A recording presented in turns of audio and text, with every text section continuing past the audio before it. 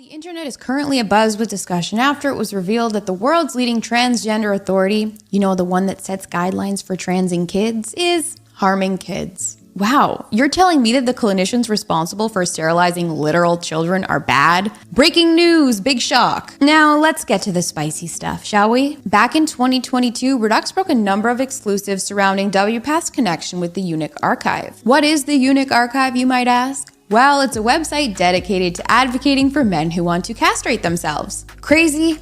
Yes. But shockingly, the men involved with the site are incredibly influential. Over the course of 2 grueling investigative pieces, Reduxx unmasked a number of the anonymous administrators of the site and found that they were all academics who had worked directly with WPATH. The site's top administrator, who used the name Jesus, ended up being Dr. Thomas Johnson, a professor emeritus from California State University at Chico and the president of the Children's Folklore section of the American Folklore Society. User Eunuch Unique was unmasked as Dr. Richard J. Wassersug, a Canadian professor who has worked at Dalhousie and UBC. And one of the most active administrators, Christoph, who likes to dress up as a nun and wave condoms around while speaking to imaginary children, was exposed as American academic Christer Willett. All 3 of these men have worked with WPATH in advisory capacities and have given talks at WPATH conferences. And while it might be bad enough that WPATH has been working with academics trying to advocate for eunuch identities,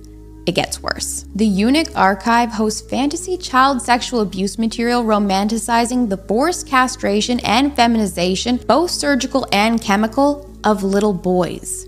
Some of these fantasies involve doctors stunting the puberty of little boys and then raping them. And what's more, WPATH knew that. In fact, it directly referenced this fiction archive in their Draft Standards of Care 8. Reduxx broke this information 1 year ago, by the way. Maybe people weren't ready for it then, but are you ready for it now?